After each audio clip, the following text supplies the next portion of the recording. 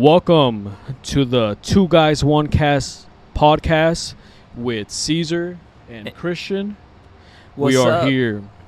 This is I guess this is officially episode 1, the first official episode of Two Guys One Cast. So I'm excited for this.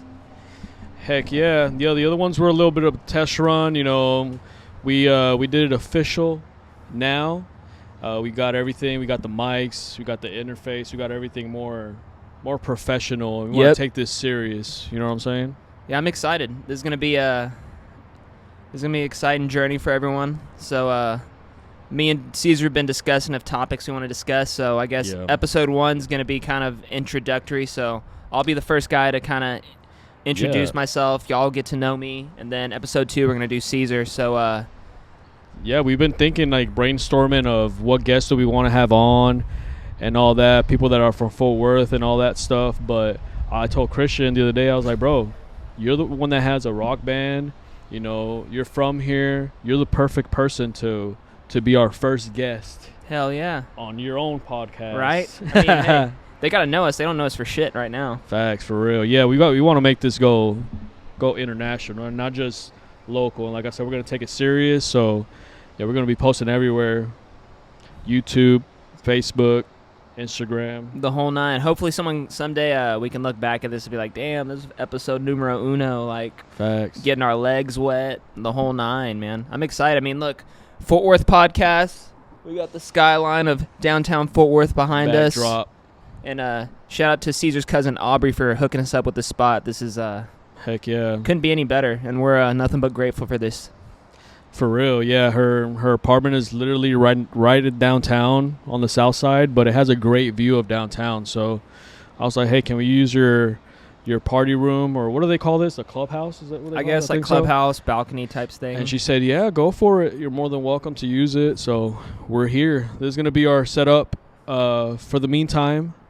Like I said, we want to take this, we want to take this everywhere. We want to go different places, different backdrops. And y'all can comment also if y'all know of a place that will let us do it, or that y'all would think that would look cool. Yeah, if you're a business owner, you're like, hey, we want you here. We'll definitely plug y'all, and you'll definitely be on the show, talk about what y'all do and everything. So we're always down for that. We would definitely want to be on the move. We don't want to be just set to one location. Yeah, exactly. Because I think if it fits me and Caesar's lifestyle, because me and him are always on the go doing stuff, like always, like nonstop. We always try to keep ourselves busy. That's the thing that motivates me, like, to do different stuff. Sometimes I'm like, damn, I'm doing a lot of stuff at once, but I just gotta be more organized and have everything scheduled and try to make the most of the 24 hours that we have each day, you know? I think as we get older, I realize how fast, like, not only time, like, the day passes, like, faster as I get older, but, like, the weeks, the months, the years, it's crazy. I mean, everyone can relate to that shit, but it is what it is. Dude. I mean, you don't even have kids yet, but, bro, I still remember, like, the first day I hold my 13-year-old in my hands, and it feels like it was yesterday, you know? Now he's 13 years old. That's insane. That's crazy. I mean, but without further ado, our first guest of the Two Guys, I was actually going to say 4, Two Guys, One Cast podcast is Christian Bednarski. Let's get it. So, I guess if we're going to, I can give you a whole life rundown. I guess we can start at the beginning. Yeah, start at the beginning. Tell us how, your lifestyle. What did you do growing up, and how did you get into playing the drums and all that? So I was born here in Fort Worth, Texas, March 18th, 99. And my parents, awesome parents. I grew up here. So I guess the journey really starts for me is some of my furthest memories are, like, I remember we moved to Azle for a little bit. So I lived here in Fort Worth till I was about 3 and a half. And it's weird that I can kind of remember shit from then. Like, I can remember the first little house we lived in on Bryce and everything. It's kind of by Stripling Middle School. That's crazy, because I don't think I can remember that far. I have a honestly. Weird, like, you can ask Caitlin or even my parents. Like, my memory is, like, insane. Like, I remember weird, like, shit, like dates, everything. Like, shit. What we did that day. I have a crazy memory. But I can remember even that little house, like, living there. And because I remember having my 4th birthday in Azle. Yeah. And I remember that vividly. But we moved to Azle. So really everything kind of starts there, like where my foundation is. So I remember from some of my earliest memories is my dad had a Kiss T-shirt from their 1996 reunion tour. It has all their 4 faces on it, and then on the back it said, I wanted the best, I got the best. So he actually got that shirt in New York. Oh, really? From a New York show when he was in Shout New out York in 96.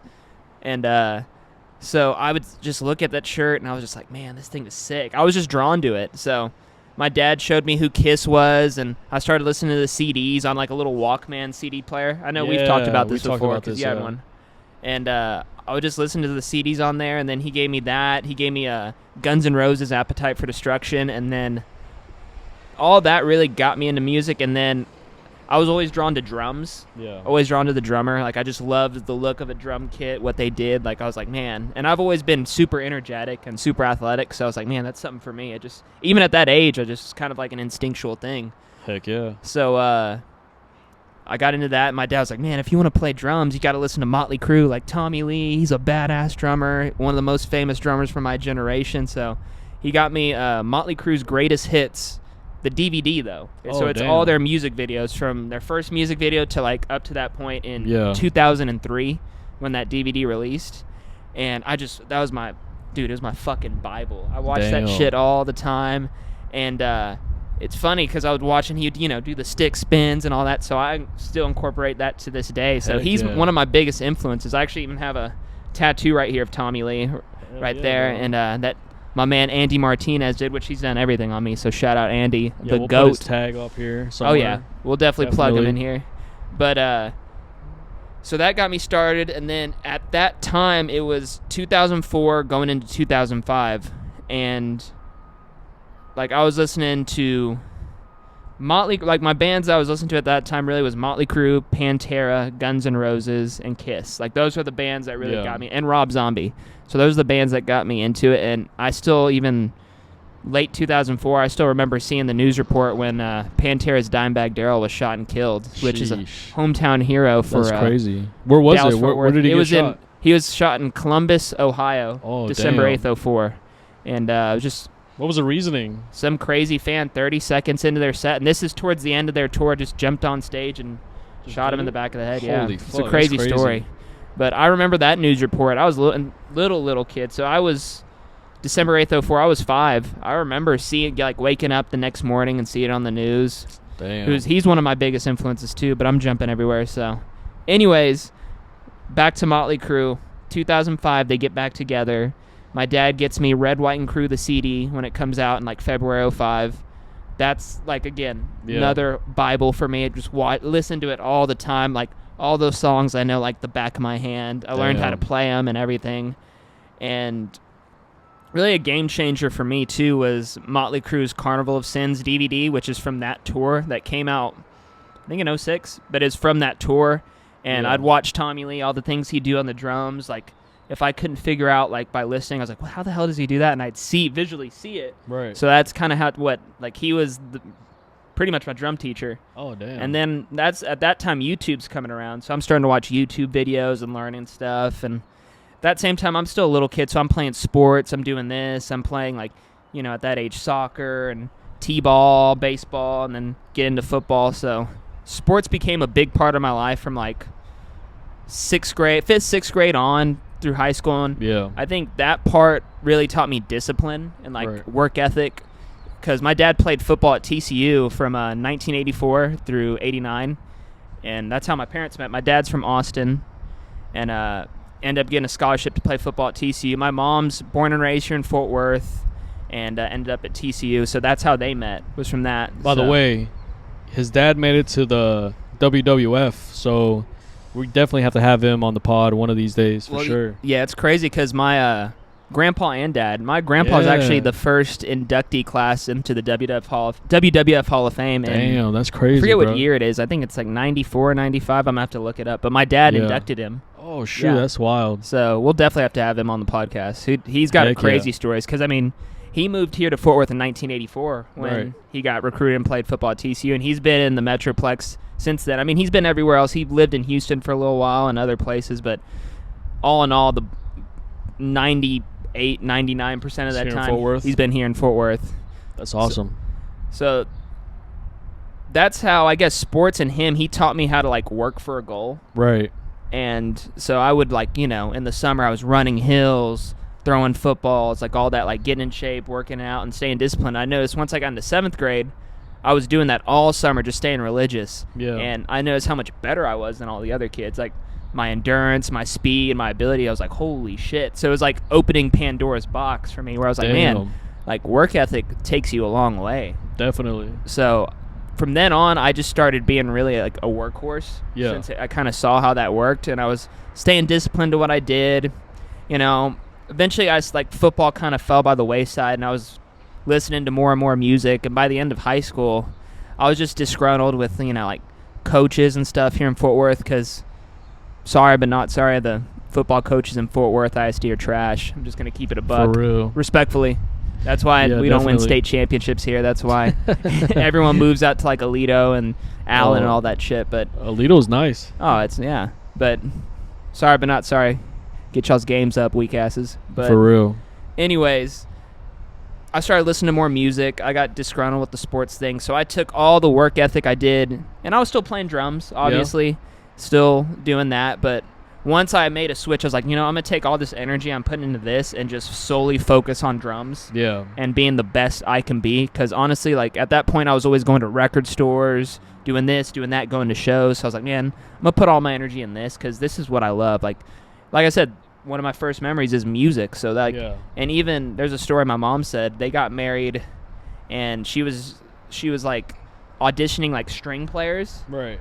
And when they were getting married, she was pregnant with me. Yeah. So they got married in November 98. I was born in March 99. Yeah. So when she was auditioning string player, she said, man, I was like bouncing in her stomach. Oh, so she was snap. like, man, maybe this little kid's going to be a musician. So funny how things work out. Yeah. So that's how that happens. So I'm 26 now. I've played in bands and stuff like that, but now I'm really forming my own band, which when did that start, and how did that start? You're forming your own band. Okay, so Hell's Half Acre started really the name. I had the name forever, so this is gonna go back to everything in my life. Goes back to being a little kid. Yeah, definitely. Weird. That's how everything is, man. Honestly, I don't know. Do y'all remember like Travel Channel shows? So I'm like, as well as like hard rock and heavy metal music, I've always been a big fan of like Halloween and like horror movies, because I grew up watching that too. Like my parents, they didn't censor me to anything. Like one of my first movies I remember watching was Freddy vs. Jason. Damn. We got it from Blockbuster, and I was watching that, Texas Chainsaw Massacre. You're only child, right? Only child, but they always taught me like listen, like we're not going to censor you to anything, but like this is how you act. Right. This is how you be. Like, don't you know, take eventually advantage of it. you're gonna fucking know all this stuff. Oh, you know what I'm saying? Like, I feel like if parents that are really strict just makes it worse for the person once they become of age. Yeah, well, it makes you you don't experience certain things. Right, exactly. You go overboard, and you don't know how to act or handle, like, for real. Yeah, that's you don't know how to take stuff in like in quantities. People just go, you know, like everyone knows someone from high school that had like strict parents, but that kid was the wildest motherfucker. Right, exactly. Like doing dope, like fucking bitches, like all this crazy stuff, acting out in school, horrible. Like we all know at least one of those kids we grew up with. And I know y'all do too. For real. Dirty motherfuckers. But anyways, so they just kind of taught me like, hey, like these are movies. This is not real. Right.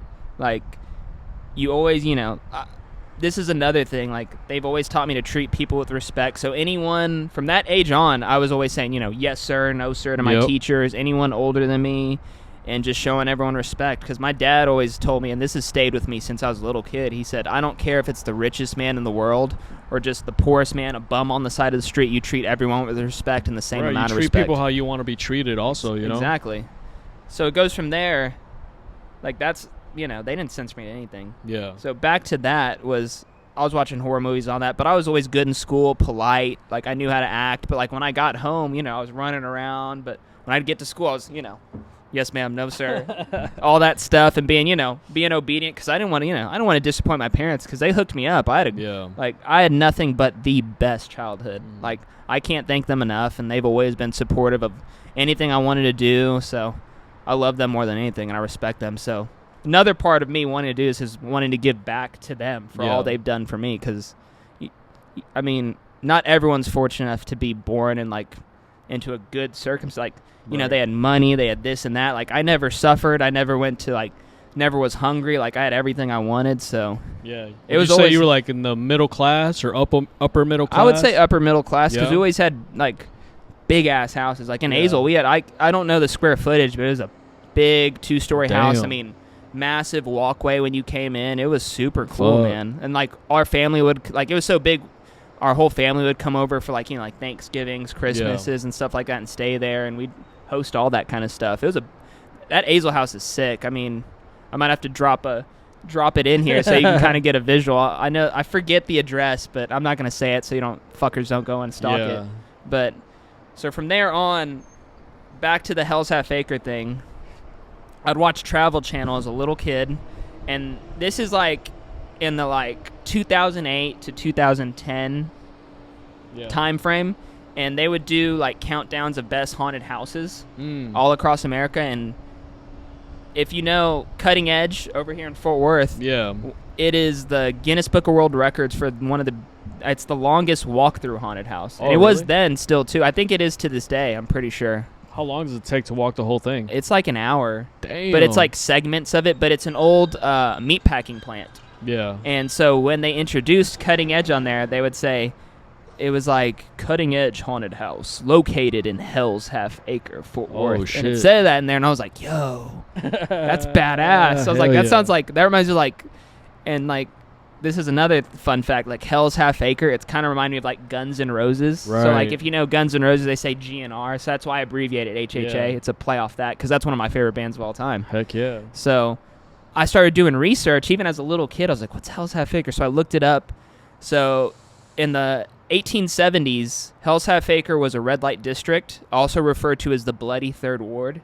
And it's downtown Fort Worth. So if you go by the convention center and all that, there's a plaque that says, Hell's Half Acre. It's a historical thing. So what it was gambling, prostitution, like gun duels, like the Wild Wild West, like the typical Holy shit, I didn't know that. Outlaw stuff. So Fort Worth, like outside of that, like kind of police stayed outside of it because it made the city a lot of money. So like cowboys and like businessmen would roll through Fort Worth, right, and they would go to bordellos and get a hooker, go out to a bar and drink, get some food, gamble. Damn. All that. It was just like, it's like Vegas and Texas kind of shit. Holy shit. That's so crazy. It made the city a lot of money, and for a while they tried to bury it, but now it's just a historical thing. So I was like, what better name that fits like rock and roll? Hell Especially the bands I was listening to. I was listening to freaking, sex, drugs, and rock and roll bands like Guns N' Roses and Motley Crue. So I was like, man, what better way to have that like outlaw spirit than like, I'm from Fort Worth.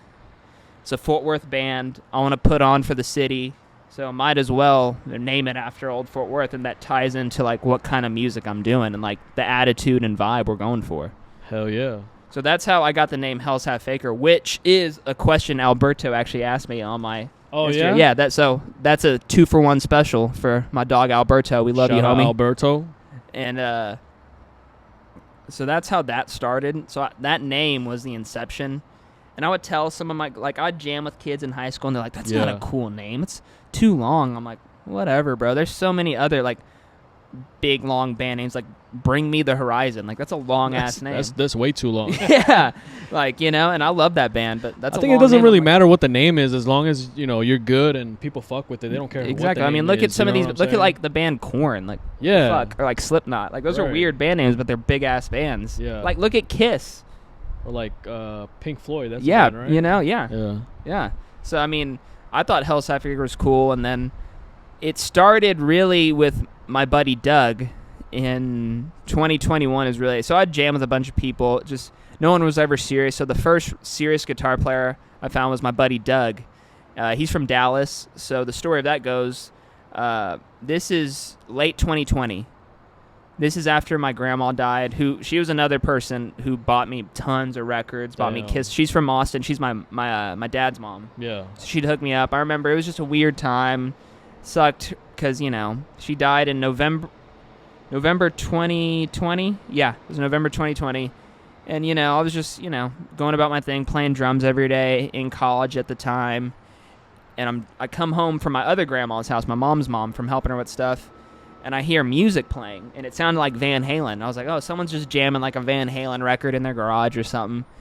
And I'm like, wait, that's just guitar. Dang. So I get in my car, I drive around the street, and I'm with my head outside the window, like fucking like this, trying to figure out who it is. And I pinpointed this one house after I drive across the street many times, and I'm like, okay, this is the house. Yeah. So I park my car, I get out, I knock on the door, knock on that thing, and then this girl answers. I'm like, hey, is that guitar playing coming from your house? She's like, yeah, it's my boyfriend Doug. Damn. And this is like my house right here. It's on the street behind it. Yeah. And I was like, yo, like I'm a drummer. He's the exact kind of music I like. Can I talk to him? She's like, yeah, but he has COVID, so you have to talk to him through this glass door. I'm like, I'm cool with that. Like, I just want to talk to this motherfucker. And he pulls up, and he's wearing a Rolling Stones T-shirt. And I'm like, oh, dude, sick shirt. And he's like, man. And I'm wearing a Pantera Vulgar Display of Power shirt. He's like, man, your shirt's badass. I'm like, cool, man. This is one of my favorite bands. We start talking. I'm like, hey, give me your number, dude. I'm going to text you and send you, like, my playing because I live right the street behind you. Yeah. Let's link up. So long story short, me and him start texting. This is, like, December 2020. He's like, let me get over COVID. I don't want to get you sick. So then exactly. January comes. I'm like, hey, let's learn these songs. We learn like 3 or 4 songs. He comes over. We jam for like 3 hours. And like it was so fun. I was tired as shit after because we were just going ham those 3 hours. So me and him start jamming. We end up getting a bass player later that year. We get a studio at Platinum Music Complex, which is in North Richland Hills. Shout out Platinum. Yeah. The best rehearsal complex in the DFW. Go to the one in North Richland Hills. It's the best. Yeah. So shout out there. So we started jamming there, trying to put things together. We just can never get a singer. Damn. And because it was just hard to find someone who was in our age range. You were still struggling with the singer recently, right? Yeah, we finally got one. We're actually about to be playing shows. That's what's up. So that happens. Things, takes time. It kind of things just, stop working. We're practicing a lot. And then I joined this other band, which is like a Texas rock and roll, like Co-Wetzel, like rip-off band. Yeah. Played around for a while, left that. Things happen. Some of the band members, it's just, stuff that happens I don't really care to talk about right now. But, So I end up leaving, getting rid of the studio, get out of that band, focus on, getting Hell's Half Acre to where it needs to be because it just wasn't the right people that wanted it like I did. Mm-hmm. So now we're fast forward to beginning of last year. I'm just focused on putting out drum covers, doing social media stuff, and focusing on me and getting out there. Jam with this other guitar player. He's cool, but it's whatever. He's a good guitar player, but he just was kind of not the right fit. Yeah. And then, moved on from that, and then I met Ruger, who is my guitar player now, Ruger Brown, which I'll drop his handle in here too. Yep. So he actually, I think we followed each other early last year, around this time probably. Is that still? Here, let me check. That's gone. It's good. All right. Boom, boom. All right. So I meet Ruger early last year. We start talking. He DM'd me on Instagram, and then we talked on the phone. And he's like, hey, man, I'm from Abilene. I'm about to graduate high school. I'm going to be moving up to Denton in the fall because I'm going to UNT. I was like, oh, sick, man. That's not too, it's in the Metroplex. We should definitely jam. So we kind of keep in touch, this and that. I'm still trying to find people. I jam with other guys who are just bozos that don't learn the song. And this goes back to the discipline thing. Like, if I'm gonna do it, like, if we agree on something, I fucking put my all. I learn the songs. I practice my ass off. I know it like the back of my hand. And he puts this to everything, like even starting the podcast, like we just, we talk about it. We're both serious and we get shit done. So I think all that stems from like sports. Yeah. Like sports, that's where my work ethic came from. So I thank God, like it was not my path, but I thank God for the lessons it taught me. Yeah, so definitely. That all happens. I rehearsed with this one guitar player. He comes with his girlfriend. He shows up late. Damn. And like he had a month to learn the songs. It was like 2 days before he was like late again, and I was like, bro, I don't got time. Like I gotta go to work. Like I actually do shit. Like, I actually work. I don't sit on my fucking ass all day and mooch off my parents. Like, I'm a hustler. Yeah.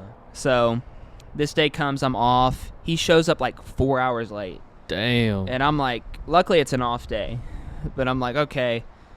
Already the first red flag. He comes in, barely even knows the songs, and then there's one song. He's like, man, I'm not even gonna lie, I didn't learn it. Brings his girlfriend. His girlfriend's going in my fucking fridge, drinking orange juice, trying to eat shit. I'm like, dude, I don't even know you. Like, get out of my fridge. He leaves, and I'm just like, this is a whole fucking debacle. So I'm sitting at my kitchen table just like, what the fuck? Why can't I find people that Right. that work hard and do this shit? So I'm like, oh fuck, Ruger. Yeah. And this is August. And I DM him. I'm like, hey man, are you at UNT yet? And he was like, yeah, I actually just got here. It was probably like a week ago. He's already been there. I'm like, okay, cool. If you want, let's jam. Yeah. So we start learning the songs. I end up going up to UNT on a Saturday, meet with him, get to know him. I had to go to work that night. So me and him met, talked, hung out. He was a good kid, went out to eat, went to record stores, and just bonded. And I was like, all right, cool. We agreed on 3 songs to play that we were going to do, which was A New Level by Pantera, Cowboys from Hell by Pantera, and Slaughtered by Pantera. So all 3, because we both love Pantera. So we played those songs the next Saturday, and from the first song, we ripped into fucking A New Level, and we looked at each other and we're like, holy fuck. Damn. Like, I had never jammed with anyone where we were on the same wavelengths. Yeah. I mean, locked the fuck in. Like, he followed me, I followed him. We were just one. Yeah. And it was so magical. We recorded that day, and it was, and so we listened back and we were like, holy shit, this is something special. Yeah. So Ruger is a great guitar player. Not only that, but he's really good at like audio engineering and mixing. So he mixes all our songs and stuff, so we're all completely self-produced. Oh, that's what's up. You can see on our Instagram all the stuff we do in covers, and we have a bunch of originals about to come out. So we start jamming from there. We get a bassist, Eric, and we do this is Halloween's coming up, and I'm like, man, let's do a cover of Don't Fear the Reaper by Blue Oyster Cult and do a music video, everything. And we record it, and then my girlfriend Caitlin, we get her cousin Bowl to do vocals on it. She's a great singer. So that video came out nice as fuck. Well, though. we used his drone. There's a bunch of drone shots. He let us use his drone. So I'll put the link right here so you can go watch it. It's a sick video. So we filmed it. We recorded all ourselves. Me and Ruger did the rhythm track. So I did the drums and he did rhythm guitar. One take all the way through. Damn. Played it. We listened back, we're like, bro, we fucking nailed this. We do our overdub, so I overdubbed the cowbell on it. He does his lead guitar work. We send it to our bass player, Eric. Eric does the bass. We're like, okay, this sounds sick. So we go over to Weatherford to do the vocals. Yeah. She knocks them out. Boom. Then we get to the video. Film the video in one day. It was just fucking magical. Bro, like, that's it crazy. was so awesome. It was one of those things where I was like, man, now I finally have guys that understand the vision. When I ask them to do this or that, they understand. They knock it out. I don't have to worry. So the video comes out great. Eric, long story short, ends up leaving because he's just not in line with us, but he's still a homie of ours. We love you, Eric. Bad motherfucking bass player. So then we get our bass player now, who's Greg Vice, Sir Vice a lot, as I like to call him. Vice City. Vice City, baby. That's our boy. He goes. So, long story short, we get our singer Eddie right now. Greg, all of them go to UNT. They're all freshmen at UNT right now. For real? It's crazy, yeah. They're all freshmen at UNT. So now we have the full lineup. Right now we're just rehearsing all the songs. So we have 28 songs in our set list, and 26 covers, 2 originals, and we're going to start writing more. So my main goal is to make sure everyone knows the songs. Within a month, we should be out playing shows, and then just spreading the gospel of rock and roll like this. Hell yeah, bro. That's awesome, dude. I'm happy for you. We're rooting for you. And yeah, hopefully it works out. If y'all want to cop any of these shirts, by the way, they're going to be linked in the bio. Front and Half back. Acre. And then you want to get up and turn around Yeah, I so got you. I can see the back. No, check out that sick-ass back right there. That's just crazy.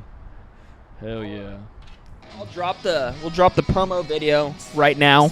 Yeah, we'll have it up here. And me and Caesar actually edited that last Thursday. Filmed all the video for it, and then we met up at Tulane's after he got off work and edited that son of a bitch, and it came out really badass. I love it. Hell yeah, bro.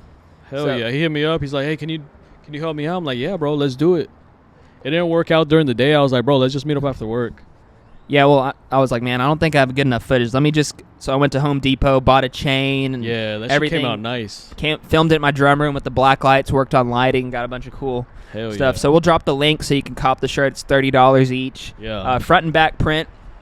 It's great. Tagless option in it. So, like, there's a tagless tag in here, so there's no tag. Says Hell's Half Acre, made in Fort Worth. It's great quality. It's really everything good. I want to do is top notch. So whether it's music, merchandise, I put everything into it. It's not going to be half-assed at all. Hell yeah. That's a cool ass story about the band, bro. So before the pod, I was like, let's post on Instagram and ask if people have any questions that they want to know about you or the band. So you want to pull that up real quick? Yeah, let me pull it up. I haven't even checked it in a few hours. I know I already added. I answered the first question, which was Alberto's, about where'd you get the name of Hell's Half Acre. Yeah. If you want, I can check it, and then I can ask you the questions. Bet, bro. Let me go in here. Sorry, I got to go through my store. All right. Oh, we got some. We just got 3 right now, so. Hey, let's go. How did y'all come up with the name, which is Alberto's, which I just answered, so knocked that one out. The next question was, how do you guys start and who are your influences? So I'll answer that one. Yeah. So how do we start? It was pretty much, it started with me, and then it was just finding people that were like-minded. Right.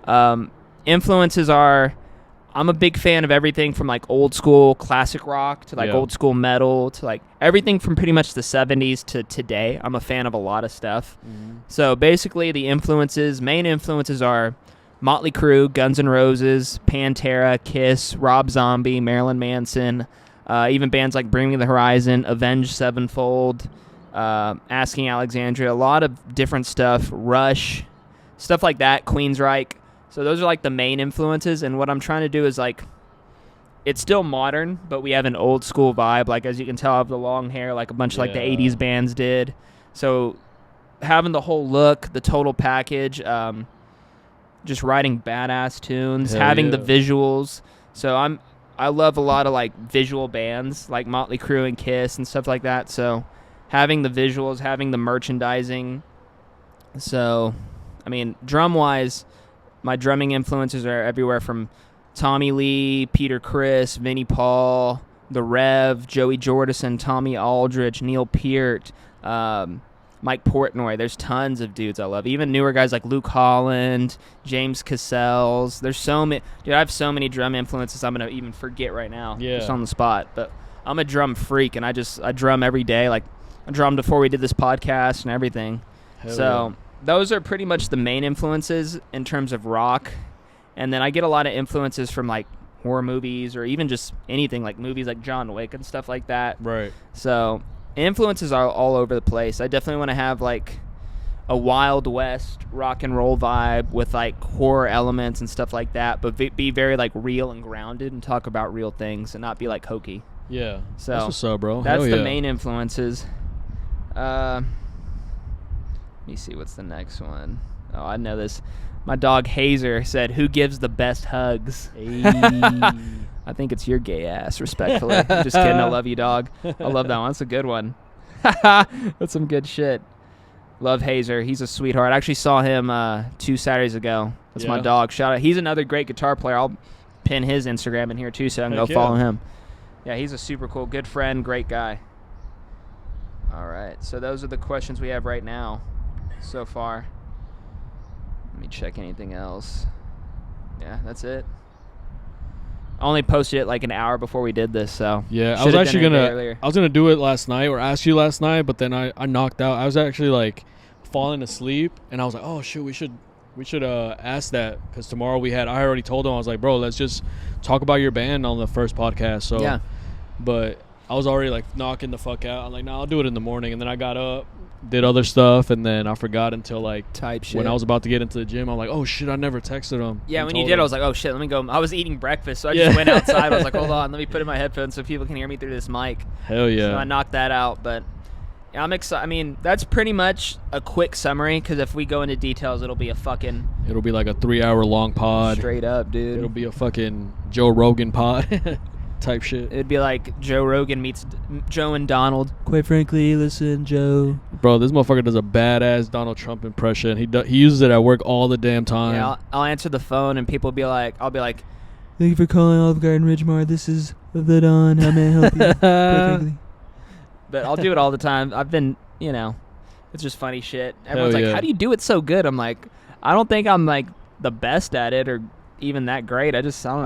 I think a lot of people try to like do it and they do it too hard. Like they overdo it. You gotta be subtle. You know what I'm saying? You gotta be subtle.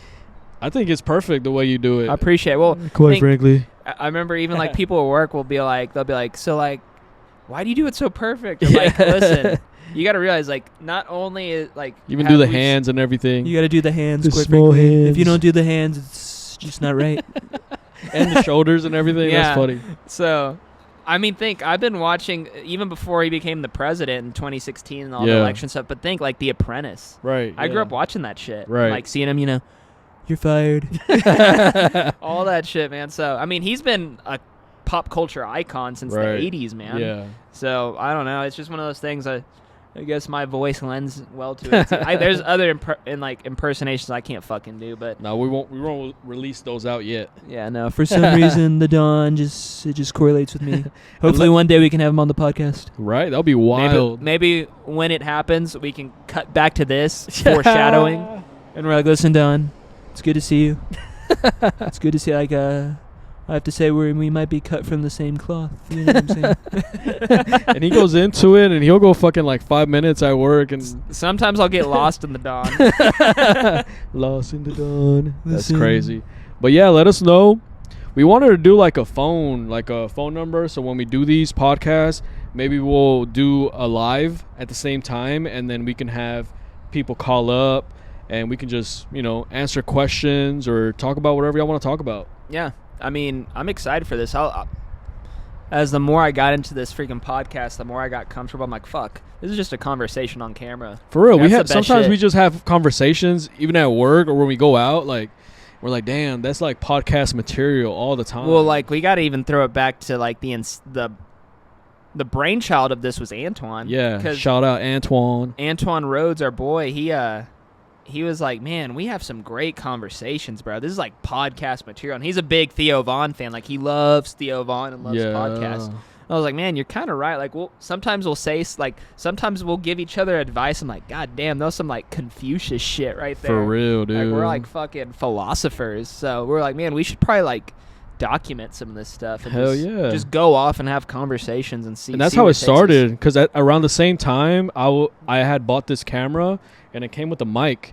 And I was like, bro, I'm trying to get into like social media, like creating content and all that stuff. I'm like, fuck it, let's just do it. I brought the tripod, I brought the mic, and we were just set up at the Rabbit Hole. As you can see, the first couple episodes that we have were filmed at the Rabbit Hole. But we were just shooting off the dome. We weren't even rehearsing or anything or like topics or nothing. We were just shooting, like you said, off the dome. Well, like we had the one mic, so we're passing that. That whole around. So and I told Christian, I was like, bro, if we're this whole plan started like last weekend when I was at home with my kids, and I was like, bro, I have all this. Oh, my memory card was full, so I was like, damn, I have so much podcasts that we had filmed. I had like 7 episodes that they were so long and getting a lot of memory on my card. I'm like, bro, I'm just gonna release them. I think I text you.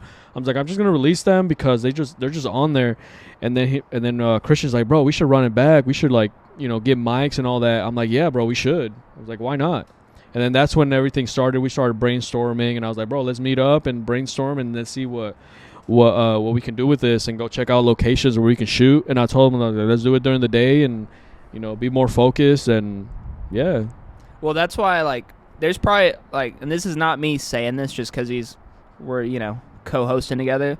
There's literally no other person I could have done this with, because me and him are like cut from the same cloth, same mindset. Like, we're both hustlers. Like, if that's what I respect about Caesar is like from when I met him, once we start being close, when he says something, he fucking does it. And that's like me. Like, my word means everything. If I'm like, hey, I'm going to meet you at this time.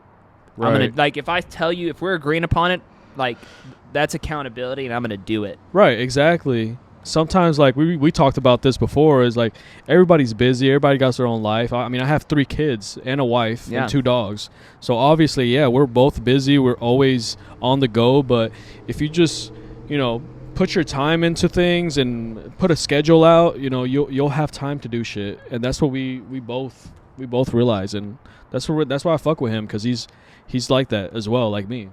Yeah, no, so that's why I was like, man, there's no one else. So when he said it, pretty much, it was probably, what was it, Saturday maybe? I forget. Yeah, it was this weekend. It was Saturday. I was like, let's do it. Because I was like, man, if and I'm like him, like, if we're going to do it, we're going to fucking do it. We're not going to just like, okay, we're going to do a podcast. Like, no. Like, we're going to do the whole shit and do it right. Saturday, Sunday, Monday we met up. we ordered the mics, we got the stands, and then we came here. We checked out a few spots, and then on Wednesday, was it Wednesday? Yeah, it was the next day. No, it's Tuesday. Oh, Tuesday. Tuesday we came and shot the first intro video, I guess you could say. We're just kind of getting everything dialed in. Yeah, testing everything, making sure everything was working right, and then today's Thursday, so yeah, everything happened real quick. Less than a week, we got everything situated, and we're glad we're here, and hopefully we can get big and have a lot of people on. So I'm excited. I know our main goal is definitely there's a bee. But our main goal, I think it was a wasp, me being a dumbass. Our main goal is definitely to just do this, full time. Like, I want to be able to do both things, like have my band and do this. So like shit, even when we have shows, I can come on here and have a recap of the weekend. Bro, we can show live footage, and then I can go film. Exactly. Know what I'm saying? Like, hopefully this would help us to eventually leave our regular job, which is it's pretty much like a part-time job that we both have. Yeah. I mean, we only work like maybe like 25 hours a week, which is not that much, but we do so much more other than work. Him with his band, and me with my social media, and with my kids and my family, that it feels like it's a full-time job. Yeah, well, like especially with everything, if you because and no disrespect, but like there's a lot of, like, he's the only person, one of the few people I can understands like my grind, because when I go to work, you have motherfuckers waking up at, no disrespect, but at like 12 and shit like that, and I'm just like, man, I get up and I close the drawer. I do to go, so I close the drawer every night, so I'm there late as fuck, later than everyone else. You got to be responsible. Like, sometimes, like, we go on Tuesdays to go drink, I get home at 2, rabbit hole, I still got to wake up at 6 because my kids have to be at school at 7, so we're just responsible like that. If you're going to go out and drink, you have to be responsible and wake up early. Yeah. On the weekends, not so much. We won't set an alarm on the weekends. Yeah. But, the kids don't wake up early and stuff like that. I just do stuff with the kids. Well, that's why Caesar gets it, because not everyone understands, like, oh, you're waking up playing drums, doing this, doing that, help my grandma out, showering, getting ready for work, doing all the things I need to do, because I got to keep up with all the songs we're doing, my chops on the drums, family stuff. So I get up early and do all that stuff, and it's all physical work. Like, drumming's physical, especially the way I play a lot of double bass, a lot of fast stuff. It's physical. And then we're standing at work for anywhere from 5 to 7 hours a day, you know. So a lot of people don't understand that, and they're like, oh, you want to be a rock star? That's like a 1 in a million chance. It's like, man, I'm either gonna get there or I'm gonna fucking die trying. So, facts, bro. Like, this is what I want to do. Like, this is what I have to do. That's why I fuck with your grind, bro. Honestly. Yeah. So that's why, like, I think this podcast, because me and him, we say the funniest shit together. He has the best personality at work. Like, it's the best shit, man. Like, we could talk for hours and talk about so many different things. Yeah. So it's like it's just awesome, man. So I couldn't think of a better, co-host with me. I can't wait to see the guests we get on. Bro, that'd be wild. The fucking stories we see. We're working on getting another mic, so yeah. We'll see how that goes. But yeah, we want to, if y'all know anybody that is from the Fort Worth area that would want to get on, or that y'all would think that would be cool to come on, put it in the comment section, hit us up, hit our DMs. And we're also going to put a Venmo link in case y'all want to help out with the podcast, to help us get equipment. That will get used on equipment stuff that we would need to get everything, started pretty much. More mics, more lighting, Especially, like, since we want to have guests on, we definitely need more mics. Right, exactly. And then, we'll figure it all out. But I'm excited. Sure. And if y'all want to be a guest on this podcast, DM either one of us, or Two Guys One Cast Instagram, or whatever this is. I actually have an email as well, which I might have to make a new one, because that one's a 4 Guys One Cast at Gmail, but I'm gonna have to make a 2 Guys One Cast on Gmail. That y'all can message there. And also sponsorships. If y'all want to get on, we can sponsor y'all, and we can mention y'all, I'm sorry, and then y'all can sponsor the podcast, and we'll see how that goes. Hell yeah. I think it was a good, solid, first official episode. Yeah, I mean, like I said, the other ones we were just like off the dome and just talking about pretty much stupid shit. That's the warm-up, probably one of the reasons that a lot of it did not get posted, was because it was a lot of, like, guy talk. After a few drinks, you start talking a little bit crazy. If y'all like that shit, we'll still film it though if you want. We'll put it on Patreon. Straight it up. We'll put it on his OnlyFans. We'll make a 2 guys 1 cast OnlyFans. That was a bee, by the way. Or was it a wasp? Nah, that shit, it won't do nothing, bruh. You're straight. Oh, it got right in my face. But yeah, what do you think about what do you think about 2 guys 1 cast OnlyFans? Hey, yo, maybe the first podcast to have its own OnlyFans. Let's get it. All right, we're going to wrap things up right now. I appreciate y'all for listening, and hopefully you like, subscribe, and follow us. Let's get it. Hey, later. 2 guys, 1 cows. We out, baby. We out of here. Peace.